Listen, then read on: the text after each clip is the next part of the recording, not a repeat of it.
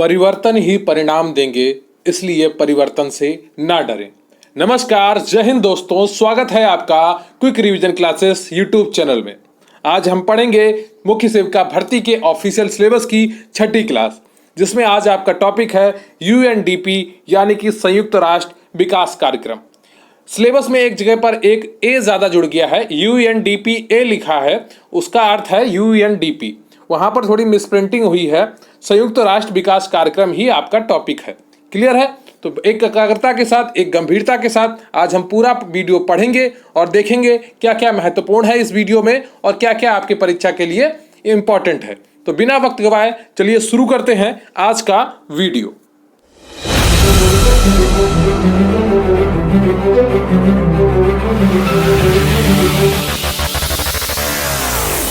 आप देख रहे हैं quick revision classes YouTube channel और आज का टॉपिक है आपका यूएनडीपी। लेकिन उससे पहले मैं आपसे एक प्रश्न पूछ लेता हूं कि भारत कब डब्ल्यूएचओ का सदस्य देश बना? डब्ल्यूएचओ का फुल फॉर्म होता है वर्ल्ड हेल्थ ऑर्गेनाइजेशन यानी कि विश्व स्वास्थ्य संगठन। भारत कब डब्ल्यूएचओ का सदस्य देश बना है, इसका उत्तर आपको कमेंट बॉक्स में लिखना है। उत्तर इस तरह से लिखिएगा कि भारत डब्ल्यूएचओ का सदस्य इतनी तारीख को बना था। क्लियर है आपको? तो ये उत्तर आपको लिखना है कि भारत कब डब्ल्यूएचओ का सदस्य देश बना। क्लियर है? तो आज आपका टॉपिक है यूएनडीपी। ये आपका सिलेबस है जिसमें हम 19वां पॉइंट लगातार पढ़ रहे हैं। आपको यूट्यूब पर हमारे चैनल पर सिर्फ 19वां पॉइंट पढ़ाया जाएगा। अगर आप और भी अच्छे तरीके से पढ़ना चाहते हैं तो मुख्य सेविका गरिमा बैच से जरूर जुड़ें, वहां पर आपका गारंटीड फायदा होने वाला है। 19वें पॉइंट में आप स्वास्थ्य एजेंसियों में डब्ल्यूएचओ पढ़ चुके हैं, यूनिसेफ पढ़ चुके हैं और आज आप पढ़ेंगे यूएनडीपी। यहाँ पर ए जुड़ गया है यूएनडीपी ए में, यहाँ पर ए नहीं है। ठीक है, तो आपके टॉपिक में है यूएनडीपी, ये चीज आपको पढ़नी है। इसके अलावा कल आप पढ़ेंगे यूएनएफपीए, उसमें वैश्विक जनसंख्या जनगणना जो हुई है उसकी रिपोर्ट को भी पढ़ेंगे। क्लियर है आपको? तो इससे पहले कि मैं आपका टॉपिक शुरू करूं, मैं आपको एक छोटी सी जानकारी देना चाहता हूं। 30 सेकंड लगेंगे, प्लीज ध्यान से सुनिएगा कि हमारे चैनल पर मुख्य सेविका स्पेशल पीडीएफ बैच चल रहा है, जिसकी फीस मात्र 451 रुपए है। आप इस बैच से जुड़कर अपनी तैयारी को मजबूत कर सकते हैं मात्र 451 रुपए में, मुख्य सेविका गरिमा बैच से जुड़कर। टेलीग्राम पर आप क्यूआरसी हेल्प सर्च करें, वहां पर आपको पूरी जानकारी प्रोवाइड कर दी जाएगी। अगर आप मैसेज करेंगे, सभी क्लासेस की पीडीएफ आपको प्रोवाइड की जाएगी, नोट्स की पीडीएफ आपको प्रोवाइड कराई जाएगी, 10 फुल पेपर जैसे मॉक टेस्ट और उनका सोल्यूशन भी आपको कराया जाएगा। इसके अलावा आपको 3 चरणों में तैयारी कराई जाएगी। पहले एक बार आपको पूरी थ्योरी पढ़ाई जाएगी, फिर दूसरे चरण में आपको थ्योरी के जितने भी एमसीक्यू होंगे वो कराए जाएंगे। उससे क्या होगा, आपका थ्योरी का पूरा रिवीजन हो जाएगा और उसके बाद आपका वन लाइनर से रिवीजन कराया जाएगा। तो 3 बार आपको सिलेबस पढ़ाया जाएगा, जिससे आपकी परीक्षा में गारंटेड सफलता सुनिश्चित हो सके। तो हर चीज प्लानिंग के साथ कराई जाएगी आपकी, जिससे आपकी सफलता सुनिश्चित हो सके। तो अगर आप अपनी पढ़ाई को लेकर दृढ़ संकल्पित हैं, आपने मुख्य सेविका भर्ती में अपना स्थान पक्का करने का सपना देखा है, तो जरूर जुड़े मुख्य सेविका गरिमा बैच से मात्र 451 रुपए में। अदर यूट्यूब चैनल जो टारगेट विद आलोक जैसे हैं, ये आपको 2 से 3 हजार में सिलेबस कोर्स बेच रहे हैं आपको। मैं आपको मात्र 451 रुपए में 3 बार सिलेबस पढ़ाऊंगा। तो सोच लीजिए कितना सस्ता है और कितना अच्छा है कि आपको 3 बार सिलेबस पढ़ाया जाएगा मात्र 451 रुपए में। एक बार में आपको थ्योरी पढ़ाई जाएगी, दूसरे बार में आपका एमसीक्यू रिवीजन कराया जाएगा, तीसरी बार में आपको वन लाइनर से रिवीजन कराया जाएगा। तो 3 बार जब आप सिलेबस को देख लेंगे तो निश्चित रूप से आज सारे प्रश्न आपके दिमाग में बैठ चुके होंगे और आप गारंटेड सफलता हासिल करेंगे। तो जरूर जुड़े मुख्य सेविका गरिमा बैच से मात्र 451 रुपए में। इससे जुड़ने के लिए आप टेलीग्राम पर क्यूआरसी हेल्प सर्च करें या आप डिस्क्रिप्शन बॉक्स में आपको लिंक मिल जाएगा, वहां पर मैसेज करें। ठीक है, वहां से तो आप जब मैसेज करेंगे तो आपको पूरी जानकारी प्रोवाइड कर दी जाएगी। तो अपनी सफलता सुनिश्चित करने के लिए जरूर जुड़े मुख्य सेविका गरिमा बैच से। तो चलिए शुरू करते हैं। आज का हमारा टॉपिक है संयुक्त राष्ट्र विकास कार्यक्रम, जिसका इंग्लिश में फुल फॉर्म है यूनाइटेड नेशंस डेवलपमेंट प्रोग्राम और इसका शॉर्ट फॉर्म है यूएनडीपी। क्लियर है आपको? तो संयुक्त राष्ट्र विकास कार्यक्रम यानी कि यूनाइटेड नेशंस डेवलपमेंट प्रोग्राम। आपको ये दोनों चीजें याद रखनी है। कोई भी हिंदी मीडियम का हो या इंग्लिश मीडियम का पढ़ने वाला हो, अगर आप अपनी नौकरी को लेकर गंभीर हैं, पढ़ाई को लेकर गंभीर हैं, तो आपको ये दोनों चीजें याद रखनी होंगी, संयुक्त राष्ट्र विकास कार्यक्रम और यूनाइटेड नेशंस डेवलपमेंट प्रोग्राम। इतनी इंग्लिश तो आपको याद होनी चाहिए। ठीक है, संयुक्त राष्ट्र विकास कार्यक्रम का गठन 22 नवंबर 1965 को हुआ था। तो मोस्ट इंपॉर्टेंट पॉइंट आपका यही है कि संयुक्त राष्ट्र विकास कार्यक्रम का गठन 22 नवंबर 1965 1965 को हुआ था। क्लियर है आपको? इसका मुख्यालय कहां पर है? न्यूयॉर्क शहर में है। न्यूयॉर्क कहां पर है? संयुक्त राज्य अमेरिका, अमेरिका में स्थित है। कभी कभी आपको यूएसए लिखकर आएगा पेपर में, तो आप उसे गलत मत करिएगा। क्लियर है आपको? यूएसए भी आपका सही होगा। तो इसका मुख्यालय कहां पर स्थित है? न्यूयॉर्क शहर में स्थित है। यूएनडीपी वैश्विक और राष्ट्रीय विकास चुनौतियों पर राष्ट्र के साथ काम करता है। यूएनडीपी क्या करता है? वैश्विक और राष्ट्रीय विकास चुनौतियों पर राष्ट्रों के साथ काम करता है। यूएनडीपी मदद की पेशकश करता है अगर कोई राष्ट्र इसकी मदद के लिए अनुरोध करता है। तो यूएनडीपी क्या करता है? मदद करता है अगर कोई राष्ट्र इससे सहायता मांगता है। क्लियर है? यह भारत में भी काफी मदद कर रहा है। यूएनडीपी मूल रूप से संयुक्त राष्ट्र के सदस्य देशों की स्वैच्छिक योगदान से वित्त पोषित है। तो यूएनडीपी क्या है कि मूल रूप से संयुक्त राष्ट्र के जो सदस्य देश हैं वो स्वैच्छिक रूप से इसमें दान देते हैं, कुछ पैसा देते हैं। भारत ने भी दिया है, फिर वही पैसा वो दूसरे देशों को लौटा देता है कि इससे लिया उसको दिया, उससे लिया इसको दिया। ये काम करता है कौन? यूएनडीपी। क्लियर है आपको? यूएनडीपी संगठन 177 देशों में काम करता है। तो इसके कुल सदस्य देश कितने हैं? 177 हैं। और ये 177 देशों में काम करता है, जहां ये विकास की चुनौतियों का सामना करने और स्थानीय क्षमता विकसित करने के लिए स्थानीय सरकारों के साथ काम करता है। जो स्थानीय सरकारें होती हैं उनके साथ कौन काम करता है? यूएनडीपी काम करता है। टोटल कितने देश हैं इसके सदस्य? 177 यानी कि 177। क्लियर है आपको? यूएनडीपी देशों को सतत विकास लक्ष्यों यानी कि एसडीजी, क्लियर है आपको? सतत विकास लक्ष्यों को प्राप्त करने में मदद करने के लिए अंतरराष्ट्रीय स्तर पर काम करता है। क्लियर है आपको? यूएनडीपी देशों को सतत विकास लक्ष्यों यानी कि स्टेबल डेवलपमेंट गोल, सतत विकास लक्ष्यों की इंग्लिश होती है स्टेबल डेवलपमेंट गोल्स, को प्राप्त करने में मदद करने के लिए अंतरराष्ट्रीय स्तर पर काम करता है। यूएनडीपी रिपोर्ट क्षेत्रीय, राष्ट्रीय और स्थानीय मानव विकास रिपोर्ट भी प्रकाशित करती है। तो यूएनडीपी क्या करता है? क्षेत्रीय रिपोर्ट प्रकाशित करता है, राष्ट्रीय रिपोर्ट प्रकाशित करता है, स्थानीय रिपोर्ट प्रकाशित करता है। यह मानव विकास रिपोर्ट इन 3 आधारों पर प्रकाशित करता है। क्लियर है?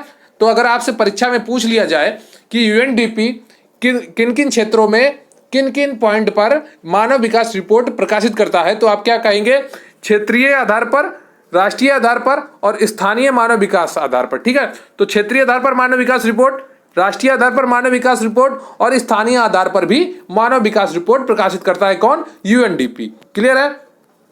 सतत विकास लक्ष्य यानी कि स्टेबल डेवलपमेंट गोल्स की प्राप्ति के लिए संगठन ने निम्न चीजों पर अपना ध्यान केंद्रित किया है।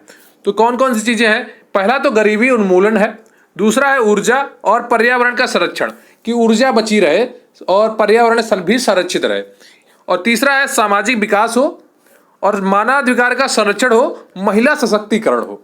महिला का सशक्तिकरण बहुत ही ज्यादा जरूरी है किसी भी देश के विकास के लिए, किसी भी समाज के विकास के लिए, किसी भी परिवार के विकास के लिए। अगर महिला समझदार है, अगर महिला किसी देश की सशक्त है, आत्मनिर्भर है, तो उस देश को, उस परिवार को आगे बढ़ने से कोई नहीं रोक सकता है। क्लियर है आपको? केंद्र बिंदु होती हैं महिलाएं विकास में या किसी चीज को आगे ले जाने में, अपने परिवार को, अपने देश को। अगला पॉइंट है आपका मानव विकास रिपोर्ट। तो यूएनडीपी मानव विकास रिपोर्ट जारी करता है, इतना आप समझ लीजिए। अगर आपसे परीक्षा में प्रश्न पूछा जाए निम्न में से कौन सी रिपोर्ट यूएनडीपी जारी करता है, तो आप क्या कहेंगे? उसमें कौन सी रिपोर्ट चुनेंगे? मानव विकास रिपोर्ट चुनेंगे, यानी कि ह्यूमन डेवलपमेंट रिपोर्ट को आप चुनेंगे। मानव विकास रिपोर्ट एक स्वतंत्र रिपोर्ट है जिसे यूएनडीपी द्वारा कमीशन किया जाता है। यह रिपोर्ट यूएनडीपी के मानव विकास रिपोर्ट कार्यालय द्वारा प्रकाशित की गई है। क्लियर है आपको? तो मानव विकास रिपोर्ट एक स्वतंत्र रिपोर्ट है जिसे यूएनडीपी द्वारा कमीशन किया जाता है। यह रिपोर्ट यूएनडीपी के मानव विकास रिपोर्ट कार्यालय द्वारा प्रकाशित की गई है। अब ये वाला पॉइंट आपके लिए इंपॉर्टेंट है। 1991 के बाद से यूएनडीपी ने हर साल मानव विकास रिपोर्ट प्रकाशित की है। तो अगर आपसे प्रश्न पूछा जाए कि कब से यूएनडीपी ने मानव विकास रिपोर्ट प्रकाशित करना शुरू किया है, तो उसका उत्तर क्या हो जाएगा? 1991। क्लियर है आपको? जिसमें मानव विकास और वार्षिक मानव विकास सूचकांक विषय शामिल है। तो एक प्रश्न और आपसे यहां बन सकता है कि जो रिपोर्ट प्रकाशित की जाती है मानव विकास रिपोर्ट, उसमें क्या क्या शामिल है, कौन कौन से विषय शामिल है। तो उसमें दो विषय शामिल है, मानव विकास शामिल है और वार्षिक मानव विकास सूचकांक शामिल है। दो चीजें शामिल होती हैं मानव विकास रिपोर्ट में। मानव विकास सूचकांक इस बात को उजागर करने के लिए बनाया गया था कि किसी देश के विकास का आकलन करने के लिए लोगों और उनकी क्षमताओं का मुख्य फोकस होना चाहिए, ना कि केवल उनके आर्थिक विकास के बारे में। तो जो मानव विकास सूचकांक इस बात को उजागर करने के लिए बनाया गया था कि किसी देश के विकास का आकलन करने के लिए लोगों और उनकी क्षमताओं का मुख्य फोकस होना चाहिए, ना कि केवल उनके आर्थिक विकास के बारे में। क्लियर है। अगला पॉइंट है आपका, जब जीवन काल अधिक होता है और सकल राष्ट्रीय आय अधिक होती है और शिक्षा प्रणाली अधिक होती है तो देश उच्च मानव विकास सूचकांक प्राप्त करते हैं। तो उच्च मानव विकास सूचकांक प्राप्त करने के लिए आपको क्या क्या करना होगा, अपने देश में जीवन काल अधिक होना चाहिए कि जो औसत उम्र है वो अधिक होनी चाहिए, और सकल राष्ट्रीय आय अधिक होनी चाहिए। जो प्रति व्यक्ति सकल राष्ट्रीय आय है, यानी कि प्रति व्यक्ति नहीं, केवल सकल राष्ट्रीय आय अधिक होनी चाहिए, और शिक्षा प्रणाली अधिक अधिक अधिक होती है, मतलब अच्छी होनी चाहिए, अधिक गुणवत्ता वाली होनी चाहिए, अधिक लोग शिक्षित होने चाहिए, और देश उच्च मानव विकास सूचकांक प्राप्त करते हैं। क्लियर है आपको। तो जीवन काल अधिक हो और सकल राष्ट्रीय आय अधिक हो, इसके अलावा शिक्षा प्रणाली अधिक हो, तब किसी देश को क्या मिलेगा, सकल मानव सूचकांक मिलेगा। तो तीन चीजों पर यह रिपोर्ट केंद्र बिंदुत होती है, एक तो औसत आयु पे, दूसरा सकल राष्ट्रीय आय पर, और तीसरा शिक्षा प्रणाली पर। क्लियर है आपको। फिर मानव विकास सूचकांक यानी कि ह्यूमन डेवलपमेंट इंडेक्स के बारे में अब हम पढ़ेंगे। तो मानव विकास जो रिपोर्ट जारी होती है उसी के अंतर्गत मानव विकास सूचकांक भी जारी होता है। इसे हम इंग्लिश में कहते हैं ह्यूमन डेवलपमेंट इंडेक्स कहते हैं। क्लियर है आपको। तो गंभीरता के साथ देखेंगे कि मानव विकास सूचकांक मानव विकास रिपोर्ट का हिस्सा है जो संयुक्त राष्ट्र विकास कार्यक्रम द्वारा प्रकाशित किया जाता है, यूनाइटेड नेशंस डेवलपमेंट प्रोग्राम द्वारा प्रकाशित किया जाता है। क्या प्रकाशित किया जाता है, मानव विकास सूचकांक। मानव विकास सूचकांक तीन बुनियादी आयामों पर आधारित है जो नीचे दिए गए हैं। पहला तो स्वास्थ्य पर आधारित है, दूसरा शिक्षा पर आधारित है, और तीसरा जीवन स्तर पर आधारित है।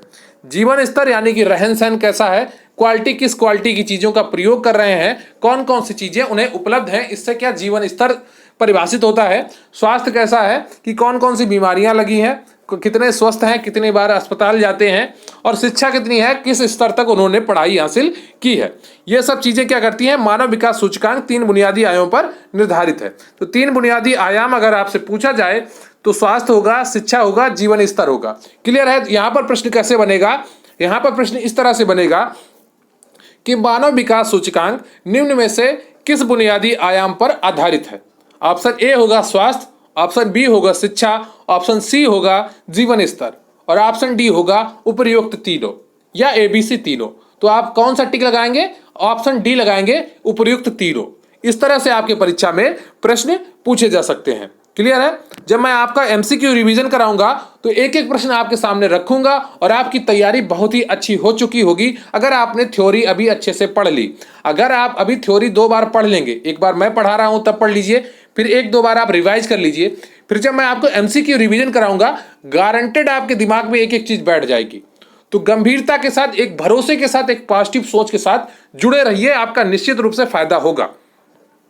यूएनडीपी और भारत, ठीक है, तो संयुक्त राष्ट्र विकास कार्यक्रम और भारत में क्या संबंध है उसके बारे में अब पढ़ते हैं। 1951 से भारत और संयुक्त राष्ट्र विकास कार्यक्रम विभिन्न मुद्दों पर एक साथ काम कर रहे हैं, लेकिन स्थापना तो 1965 में हुई थी, फिर 1951 से कैसे काम कर रहे हैं। अब आपके दिमाग में यह आ रहा होगा, जैसे आपके एक कमेंट आया था आज कि विश्व स्वास्थ्य संगठन की स्थापना बाद में हुई और पहले भारत सदस्य कैसे बन गया। तो जो क्या कहते हैं ऑफिशियल रूप से जो स्वीकारा जाता है वो बाद में स्वीकारा गया है ना, लेकिन स्थापना पहले हो गई और बातचीत जो कार्यक्रम है वो पहले शुरू हो गए। क्लियर है आपको। तो 1951 से भारत और संयुक्त राष्ट्र विकास कार्यक्रम विभिन्न मुद्दों पर एक साथ काम कर रहे हैं जो मानव विकास से संबंधित हैं, जिसमें स्थायी ऊर्जा और आजीविका, सरकार में साक्षरता दर और उनके लचीलापन शामिल है। सॉरी, कभी कभी क्या होता है शब्द जीभ पर आते नहीं है।